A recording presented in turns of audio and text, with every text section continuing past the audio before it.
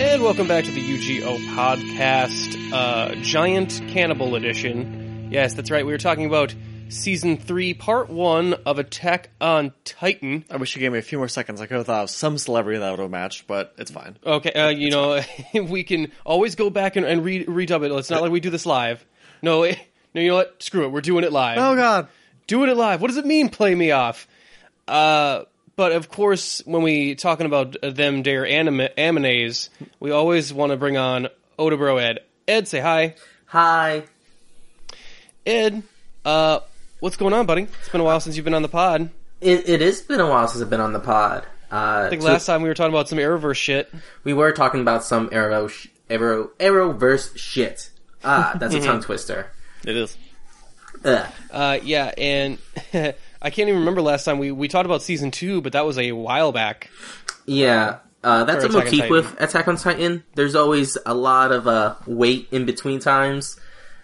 Point being, Part 2 of Season 3 is next year. Mm-hmm. Yes. So, I don't know why they're not separate seasons or whatever, but... Yeah. They anyway, basically yes, we're talking about the very popular anime that is, depressing and yet very cool, like Spider-Man, political intrigue, steampunk intrigue, like Game of Thrones with giant cannibals, that sort of thing. Compared to Game of Thrones with tiny cannibals? That's just Game of Thrones. Ooh, tiny cannibals. I'm thinking of literal ankle biters now. So, Ed, would you like to tell the people a little bit about what Attack on Titan Season 3 is about? Geez. Full spoiler warning in the front here, too. Because this is Season 3 of a franchise. There's going to be a bunch of spoiler warnings. But as far as even stuff that happens in Season 3, we're going to be going into it a little bit. We're just going willy-nilly here. Yeah. So if you haven't caught up, get on it. Fuck off. Yes. Alright, so let me try and remember what happened in Season 3. There were some stuff and things, some murders, some revelations, a cool crystal cavern, 3D gear using cowboys, shoot 'em ups in the sky. Well, we should mention that the end of Season 2 leaves us with the betrayers of the team, leading us that there are more than just Eren being the human that can transform into Titans. We have Bertolt and Reiner? Reiner? Or Reiner? Is it Reiner or Reinhardt? Yeah, I want to say is Reiner. Reiner. I'm thinking of Overwatch with Reinhardt. Yes. Because, it's Bertolt and Reiner. So you're just I'm just confusing them together. Your shipping is showing. Reiner and Bertolt were shown to be the Colossal Titan and the Armored Titan, and even Sasha was shown to be what I think they called the Dancing Titan. Yeah, something like that. And with her also came the revelation that there's people outside that know stuff. The wall, yeah. And that's a revelation that really hasn't been dealt with still yet. Right. And then they revealed that Krista was actually Historia, her real name. And she's a queen, bitch. She's part of the royal bloodline, or at least a, half... she's a bastard child. Yeah. And that's what this Season 3 kind of deals with, is the royal family she comes from also have Titan abilities, it appears. Well, special, generational inheritance Titan ability. Yeah, weird. Super weird. So that's what this one goes into, because they want to grab Eren. They're the ones that after they come back from the events of Season 2, Eren and Historia both get captured. And because we also find out that Eren has the ability to control Titans at the end of Season 2. Well, yeah, because that was the Historia trait that Eren's dad just kind of hijacked from them. Yeah, and that's what we learn in this season, is that Eren's dad actually stole that from somebody else. What do they call it? The convergence? Or maybe it's convergence, North Star? The coordinate? Coordinate, there you go. Yeah. And so that's a huge revelation, because if he can control the Titans, that's pretty much like game over as concerns for the good guys being able to clear out Wall Maria and retake the wall and getting stuff back. So this season is all about where that ability came from and how it really actually goes into a lot of the backstory of how a lot of Attack on Titan's universe works. Speaking of backstories, we get Levi backstory, which is pretty cool. Kenny! Kenny! So yeah, if you're naming a villain and you're gonna some of your characters are gonna scream his name a lot, maybe have something more intimidating than Kenny. Dude, Kenny is so intimidating. His Do you name not isn't, fear though. Mysterion? It was just like, Kenny! And I was like, oh my god, they did kill Kenny.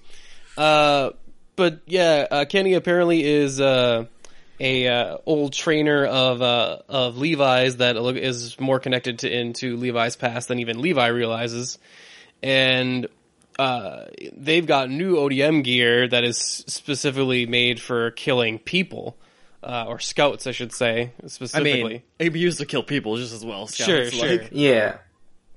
But, like, so that's what... A little disconcerting. Yeah, so that's not good. Oh, and there's people who live underground. That was a neat little tidbit that we also learned. Also, where are those people? Is there still an underground thing? There very well might be. Like, because they just dropped that, and I was like, wait a minute. There's more people?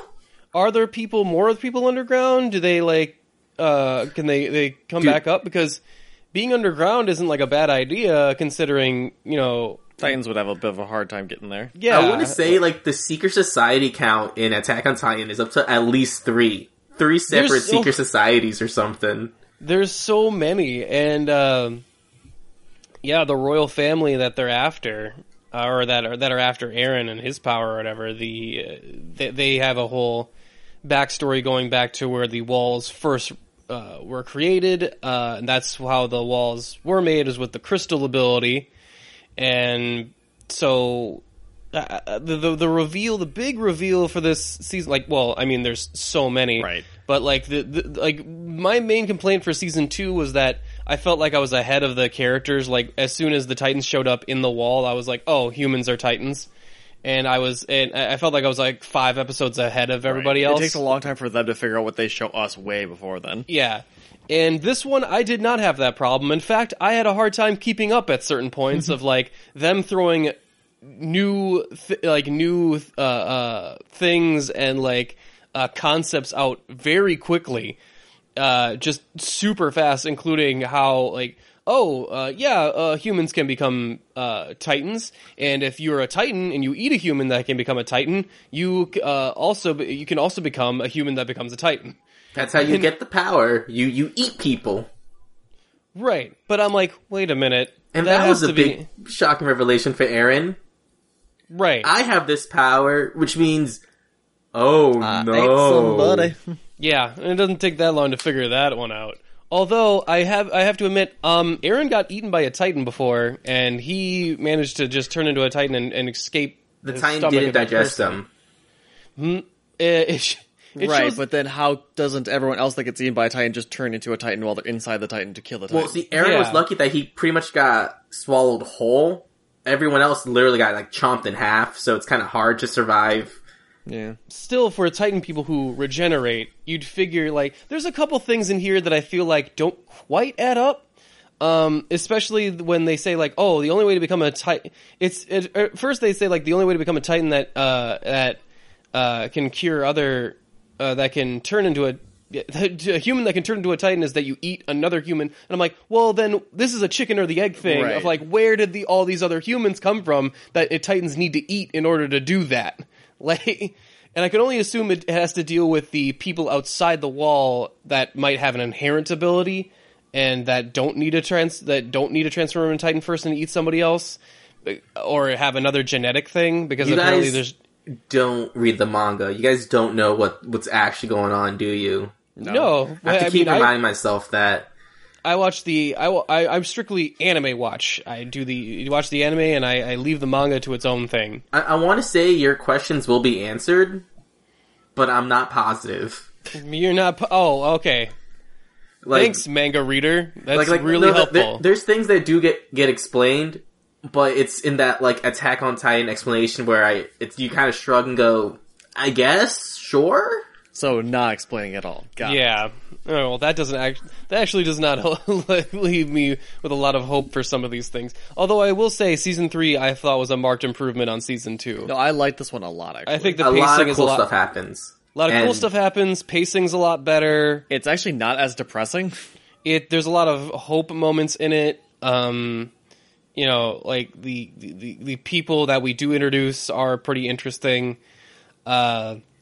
It has a lot to do with the fact that they show just less Titans. We spend a lot of time inside the walls. Yeah, and I think it was interesting to not see a lot of Titans in the first part of this, which was cool. And it leads to a lot of cool fights with the ODM gear versus Kenny's troops and the scouts.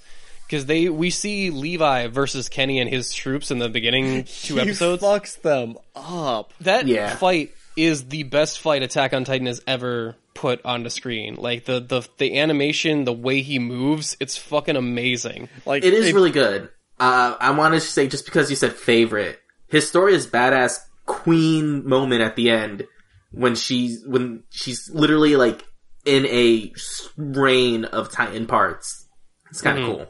Yeah, that wasn't bad either. So I mean, that's a cool moment, but it's not exactly a fight. You know? I mean, that whole thing is a fight. It's a war. I mean, it's a fight in the way that they finally use military tactics in a way that is like, oh, one of their plans didn't fuck up. Like Levi actually gives the other ODM gear users PTSD. Like, do you remember when he fucked us up? Yeah, I remember that. I don't want to fight him. And I also forgot. They did a big throwback to season 1 when they talked about the trainer. Yeah. Yes, I thought that was pointless. Or at least it didn't add a lot to me. And I would have preferred if the season ended an episode earlier, honestly, because I thought his thing was kind of dumb, and I didn't it was like, oh, well, you're like the Severus Snape of I was into your mom, but then your dad came along, and I'm like, okay, so this guy just is lamer than I thought he was. Big deal. Yeah. We get some information from it, but not a lot. And I thought it was a big kind of plotting waste of time at the very end, where I'm like, yeah. They made his whole backstory seem oh, he's gonna be the big he knows all the secrets. No, he doesn't know anything. No, he doesn't know shit. Yeah, he doesn't know anything. He just knows more. Your dad was from the outside, and that was the revelation in itself. Couldn't put that together. Jeez, and I also think that Attack on Titan, while a lot of the times I do need it spelled out for me of them explaining stuff to me, because especially in season 3 where they throw so many concepts at me at once, I'm like, okay, yeah, you need to sit me down and explain some of this stuff and how it makes sense to me. Because I'm a little lost.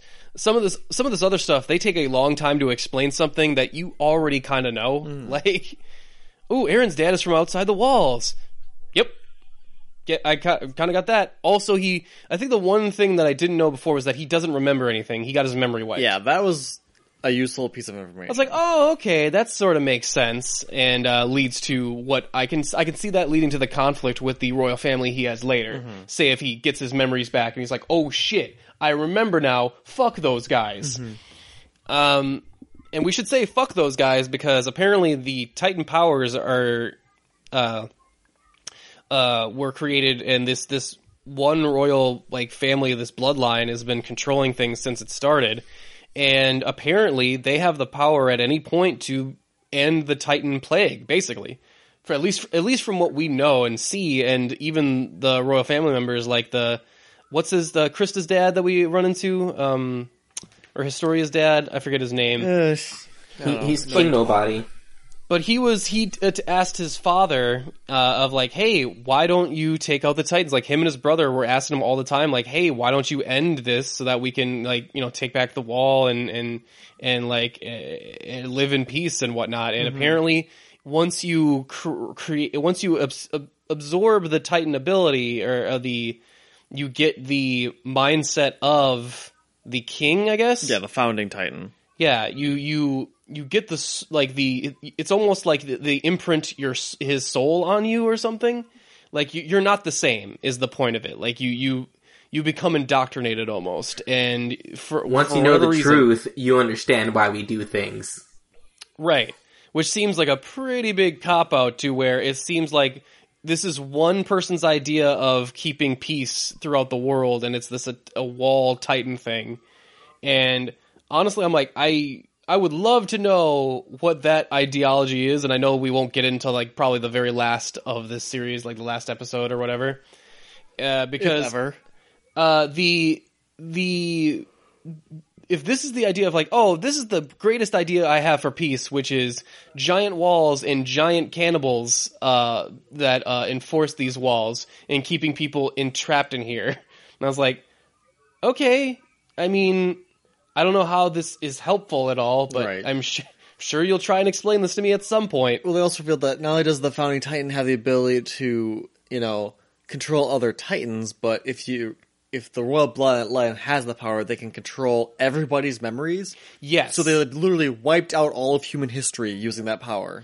Yeah, they can alter people's memories on a massive scale. We don't know how, but we see that Historia and her dad actually activate more memories in Eren as he, he has the coordinate and has the memories locked in there as with him as well.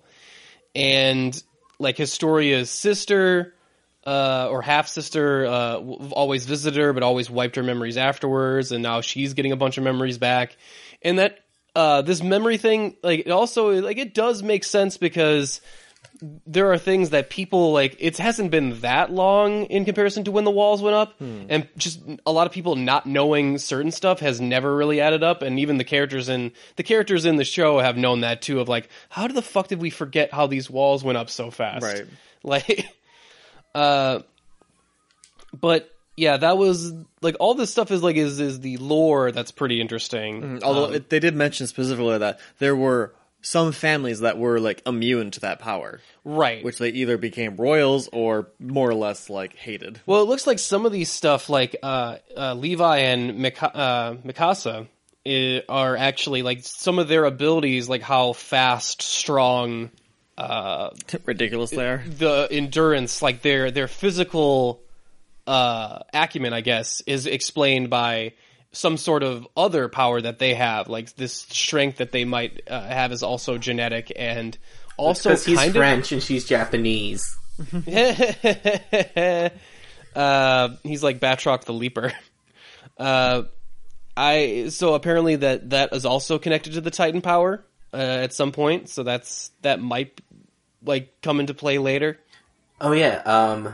At the end of the season, our guys get a vial of Titan juice. So yes. That's gonna be fun to play with. There's a Chekhov's gun that is just like, well, who's gonna get changed into a Titan at one point? Here, have some Titan sperm. And I'm just like, and it's interesting too because there's another thing in there that doesn't quite make sense, which is, like, on contact with air, the stuff evaporates, and it's like, we saw one of those vials break, and someone had enough time to crawl over there and lick it to become a Titan. So I don't think that makes sense. Yeah, it's not. They make it sound like, nope, if this touches air, it's done for. It's like, well, you've shown us that's not true. Well, to be fair, that was on the special Titan crystal. It was on the special Titan crystal. Yeah, Ed, when he crawled over, they were in the podcast. You know why I love having you on this podcast, Ed?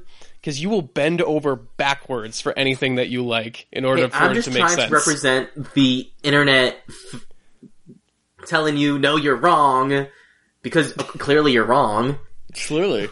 Obviously clearly. So on this crystal, you think it wouldn't evaporate? Well, so no, because the crystal is pretty much hardened Titan itself, so, like, the air is different, the ground is different, there's different variables. Uh-huh. Ed, you're my favorite. The disgust I just feel Never change, Ed. Like, this... So, and, it's not like it's a big deal or anything, it's like, Well, it kind of is because they go out of their way to mention it. Right. Well, they want to know why they can't study it, and they can't work back engineer it. And I'm like, you could just make it complicated and go like, we're studying it, but it's unlike anything we've ever seen before. Yeah. Or we don't have the right materials to do so. And just leave that as a background of like a thing like, oh, maybe they'll find something later and we don't know. But they even go out of the way to say that too, because they admit their technology is not advanced enough to even study this stuff. Mm-hmm. Which leads you to believe that, like, well, at some point, our technology must have been, because outside the walls, before the walls went up, because that's where all this stuff came from. Right. And, like, that's where all these vials and all these powers and stuff have come from a time before. So, obviously, in the memory wipe, we also went back to a previous level of technology, which might explain going back to, like, gunpowder cannons and ODM gear and stuff like that. Yeah, I thought that was pretty cool. I liked the Irvin and all their coup that they set up. The coup was awesome. Like that was pretty cool. I love that because it really solves a big problem that the Attack on Titan had in this universe, where the good guys were always hampered by a government that did not want them to succeed and do stuff. So this whole season they take out the puppet government, and the military is in charge for a while before they put Astoria back up in charge. And I was like, that takes care of at once we take care of the no good government that hasn't been doing anything. We get a bunch of recruits for the scouts. We take care of the military police and their shenanigans. Even Kenny's crew gets completely wiped out by the end of this. We discover a way to destroy Titans almost like semi autonomously, like to where they set up like a Titan trap. Yeah, and it felt cleaning too, which was great. So they have like a way of killing Titans that puts people at a minimum amount of risk.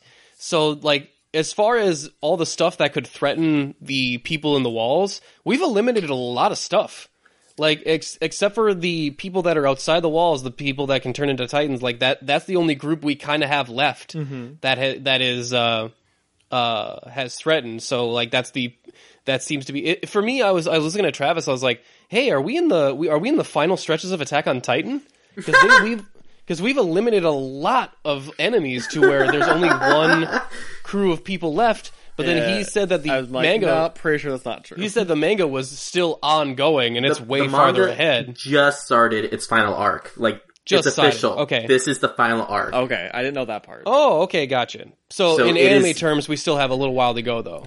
Yes. Like I said, I can't wait for you guys to reach the end of this season, or the next... like. The next part. The revelation at the end of season 3, because again, this is just part 1. Part 2 comes out next year. The revelation at the end, like I said, is what divided the fandom and made people drop ship, or were like, alright, I'm gonna see where this ride goes. Because I was thinking that it's pretty much time to like for me in thinking of story terms, seems like kind of time to wrap up and go into the final arc and explain everything about what's outside the walls and kind of explain the final conflict, which could also mean that something really dumb is about to happen in order to extend this out a while.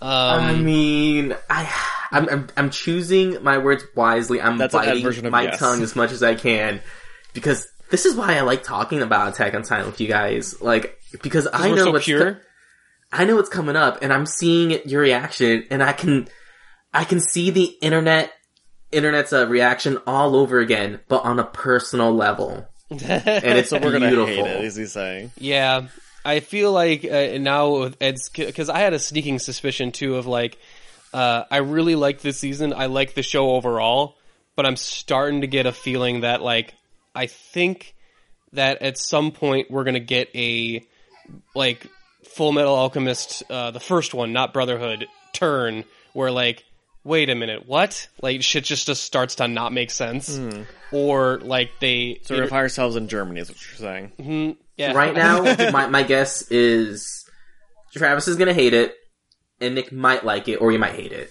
Huh. Really? That's a weird turn. Because Nick's usually a lot more picky than I am, actually. Well, in regards to endings, like if something ends bad, I'll do it. But if it's a mid thing and it has time to readjust, I usually do give it a little more credit because, and I feel like whatever it is going to be like a second act twist of like, oh, you thought the Titans were all about this, but actually they're all about this thing, and we have been all the time, despite what we might have contradicted ourselves in the beginning. Don't question it. It's gonna be great. Ed's so excited. I am. No, like I've been waiting for this to be animated for years. Mm-hmm. Well, I mean, we've kind of talked a little bit through. Would you? Anyone else have anything they wanted to mention beforehand, or like we can just go into maybe ratings or whatnot? We kind of covered a lot of the more or less stuff about it. I mean, can I just say they chose a real, like, cock-teasy way to end and put us on a break with the like, quick preview, I guess, for the next upcoming season, and have your main characters fighting against each other because of some revelation. Well, I mean, I actually wish the episode had ended episode earlier, because the night before the attack is kind of like, this is nice and everything, but like the previous episode where it showed the Armor Titan getting his ass kicked by the Sasquatch Titan, and like, okay, we're done fucking around. It's time to fight. That was a pretty good cliffhanger. I was like, oh yeah, let's go. And the next one was kind of like a falling action, kind of like, we're just hanging. We're just hanging out. Also, they reveal that the actual time span of these seasons was really short. Yeah. Mm-hmm.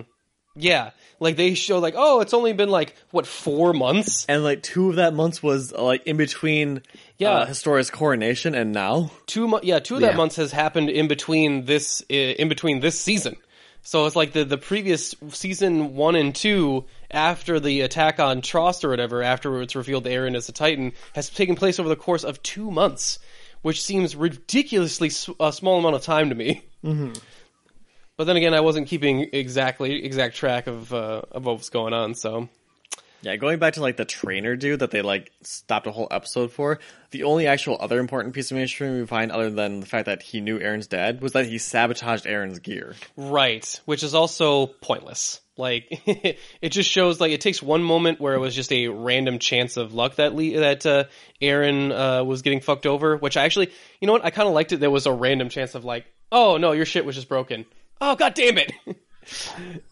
And it being a additional sabotage didn't really do anything for me. I was like, okay, I guess. See, I chalked that up to the show needing to pump Eren back up as a cool guy, since he totally choked it in the Crystal Cave and turned full on Shinji and was like, I can't, I'm worthless. So they need to show you again, no, he's cool. He was meant to be the hero.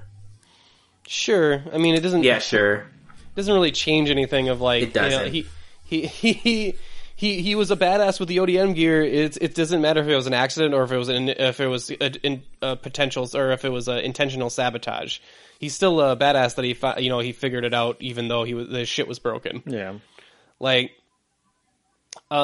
And yeah, I do feel like we did need to give a moment for his, like, Eren does start to act kind of like a bitch, but it gives Historia a chance to really be one of my favorite characters of, like, dude, Historia came out of the woodwork in season 2, and she is amazing. Because, it was this whole thing of, like, are we going to have a character just go with their father because of how, like, oh, I want to go with my dad because I want him to love me, and it looked like it was going to go that way, and then suddenly at the very end it was like, you know what? Why don't if this Titan thing was so important, why don't you turn into a Titan yourself, you fucking dumbass? Yeah, like, all right, screw off. I'm gonna go over here. They totally made you believe she drank the Kool-Aid, but then she was like, "Hey, this is just purple drink." Mm-hmm. And then, well, it's funny because we were mentioning, like, this whole, like, watching the entire episode, both Nick and I were like, "No, that's stupid. What are you doing? What are you saying doesn't make sense." And then she realized that we're, like, so happy. Yeah, and she just says, yeah. It's like she's realized, like, wait a minute, like, some of your shit does not add up here. Silly rabbit. Tricks are for kids. Also, I love Kenny just out of nowhere, like, trying to instigate a Titan fight at the end. He was basically, like, the audience at that point, like, yeah, fight! I imagine Kenny in the back rafters of, like, whenever, like, no, I said I'm going to set Eren free, and then Kenny's just in the back rafters, boo, Titan fight! So, what'd you guys think about the revelation that Kenny was Levi's blood relative? Was that something... It's also kind of neat because it gives a reason for people, like, it gives a reason for why Levi and Mikasa and some of these other people just seem to be super soldier-like. So, and it gives a reason, it gives a interesting backstory of people that are unaffected by the royals, and why they were persecuted and why they had such a hard time. And other than that, I don't think Kenny comes off as a pretty intimidating character in the beginning, and then he gets a little more character development, and then he kind of he introduces a lot of concepts, but he ultimately is not that interesting. And the show, I feel like the show kind of knows this too, because they just wrap up his shit at the very end. And they do the most interesting thing with his character, which is that he chooses not to go into Titan form, and he just gives the vial to Levi, which is the most interesting character thing he kind of ever does, because it's anachronistic to what his selfish goals are. Yeah, I totally thought he was going to go full-on Titan, but he didn't. No, like, he realized that his goal was to become more powerful, get revenge on the royals, and that sort of thing, and as soon as he realized, like, oh, well, that shit's out of my grasp, well, he actually went, I'm gonna give Eren a fighting chance, and then I'm gonna give this vial to Levi, just so that he can have a fighting chance too, and maybe they'll do a better job than me. It was surprisingly, he surprisingly helped other people out once he realized that his goal was unattainable. Which is nice. Well, yeah, I mean, it shows that, like, most people with a selfish arc, that once their goal is unattainable, they're like, well, then fuck the whole world then. Yeah. But he realized that, like, no, I'm a selfish person. I'm 100% selfish, but as much as selfish as I was, my goal, I was unable to attain what I wanted. But that doesn't mean I have to fuck over you guys and what you want either. So, you know what, just take this thing and maybe hopefully your shit goes better. See ya. And I thought that was a pretty cool moment at the very end with him and Levi at the very end there. And I was like, oh, that's really cool, and gives a little more empathy and sympathy for Levi. We get a little bit more context to the underground. Kenny may not have been the most interesting character, but he was in terms of plot, he's a great facilitator of concepts, lore, and, like, I know why he's there. Like, right. He's a good delivery system for moving the story along. And it's not like he's uninteresting, because I like his aesthetic, I like the cowboy element, but ultimately, when they killed him, I was like, yeah, it's probably better than we try and stretch this guy out, because I don't think he would have been an interesting long-term villain. I think it's a good idea that we kind of treated him as the almost filler villain that he was. But Ed, did you feel any different about it? Oh no, I loved Kenny. I knew he wasn't going to stay, because he had, like, just plot device written all over him. Yeah. But he gave me cowboy slinging gunshots with 3D gear and brutality. I enjoyed every second of him. Yeah, and as far as all the other secondary characters, they pretty much get, like, all of them got a little bit of moments in season 2 to kind of grow and stuff. Season 3, they're all but ignored. Yeah, like they don't get shit. Season 3 is the Historia show. It's Historia, and it's all plots. It's all plot, Historia, lore, and flashbacks. That's all season 3 was. Pretty much. Which is interesting, because normally it's surprising to me that this is might be my favorite season of Attack on Titan, because it's so plot and story focused, when normally I'm much more into the character stuff, and when, like... Well, we've kind of seen what this show does to characters, like, build them up, kill them and then just kill them. Yeah, so I guess just moving the plot forward is kind of like, well, I don't feel like any of my favorite characters are in immediate peril, I guess. And yeah, it's surprising to me, because none of our major characters really die this season. No one gets a noble sacrifice or anything like that. Mm-hmm. And I prefer the story that way, I think. I don't like it when the people I care about die. Yeah, well, I mean, and that's what The Walking Dead always had the problem with too, is that they're like, oh, we'll kill anybody anytime, and people's complaints about Game of Thrones is that all the characters that are left in the final season or in the previous season were kind of safe. And it's like, well, yeah, that's what you do when you tell a story, is that you barrel down, you get to the more interesting characters, and then you just start to tell stories with those characters. And it's a lot harder to kill them after you've put a lot of more stuff, like more emphasis onto their character arcs, and it does inherently just become safer. You can't pull a Ned Stark at the very end here because you're like, right. Oh, well, we need a character to we don't have enough time to build up a new main character. Yeah. So yeah, overall, I thought Attack on Titan Season 3 was really good. I'm going to give it a 4 faceless Titans out of 5, because those will definitely haunt my nightmares. Travis, what do you think? No, I agree, is that this season was really strong. And like you said, the first couple seasons are the first season kind of shocked you with how horribly it killed people, but that kind of got a little old after the second season, where it's just you spend whole 2 to 3 episodes based on these people and just watch them horribly die, be like, okay, well, not only does that fuck the characters I like, but now it's kind of well, now I'm just depressed. It only goes so far, so I'm kind of glad they kind of turned this around a little bit and had a little less murdery. That being said, if they switch it, next season where they're like, yeah, we're going to take the Titans, and people start dying again, I'm not going to be angry. I'm going to be like, oh no, I like that character, but I'll understand why they kind of went back to it. Yeah. Because it's yeah, we still have to have stakes. We can't just be well, everything's hunky-dory for them, because then the story would end. I think it was a nice break. Yeah. It's definitely a nice break, but, I can see where they would go with it either way.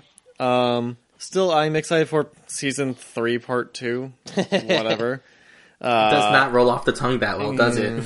Season 3.5. 3.5. Season 35 over 2 days. Not going Kingdom Hearts here. That's a whole nother mess. I'll probably give this I'll give this 7 out of 10. I thoroughly enjoyed all their bonkers bullshit. Yeah, Ed, what did you think about Attack on Titan Birth by Sleep? Attack on Titan Season 3 Reloaded Part 1. Or Final Mix 2.9. Ooh, wow. Very nice. It was great. It had a bunch of, mind blown away moments, had cool action sequences, gave you plot and story, which, honestly, the first 2 seasons didn't have a bunch of, but they, shoved it down your throat in this season, and it was great. Historia is best queen, and I'll give this 4 out of 5. Kenny! All right, well, thank you so much for joining us, Ed. It was lovely having you. Always a good time. Would you like to tell the people where they can find you online on the internets so they can enjoy your other content as well? Yes, every Tuesday at 8:30 Eastern on Twitch, the Otabros do our anime podcast, and I also do the Animania podcast, part of the Tuscan Media Shed. I'm not too sure about the actual details about that, but if you Google it, I'm pretty sure you'll find it. I'm terrible. Gotcha. Sounds good. And of course, you can find all of our back catalog on iTunes under the UGO podcast or Unapologists Geek Out. Listen to some, of our previous talks of Attack on Titan where we had Ed on before, or we've had him on for the CW superhero talks and stuff like that. And, if you have time, give us a 5-star review while you're there. It helps us out, beats the algorithm. You can also subscribe to us there or on Stitcher or wherever you listen to podcasts. Follow us on Facebook, Twitter, at UGO Podcast, or Instagram is the same thing. Or you can always just email us at unapologicsgeekout@gmail.com and, suggest for us stuff to watch or guests to have on or whatever. Just talk to us. We would love to hear from you. Otherwise, we will see you guys next week. Until then, we are Unapologists Geek Out, and we're out.